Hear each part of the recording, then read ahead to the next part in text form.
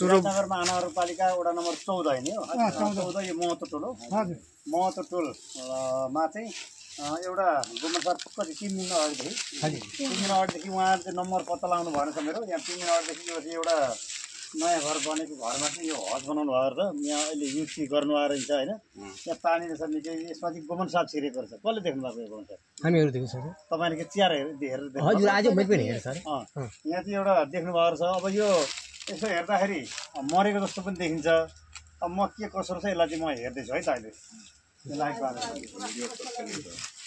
वो अपने सुबह कहते ना ए ये बत्ती पर न हेउ बत्ती पर एला कोजरा वजरा ठप्प से लगे यो हां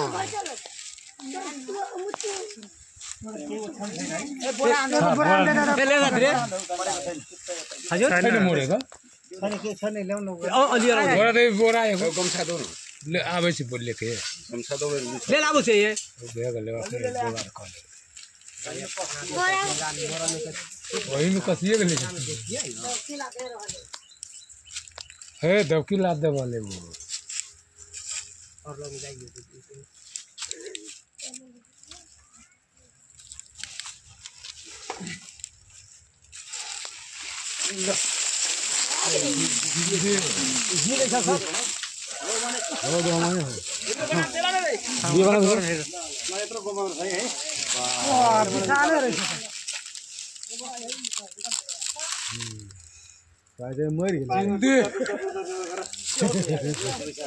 पानी में गिरले थी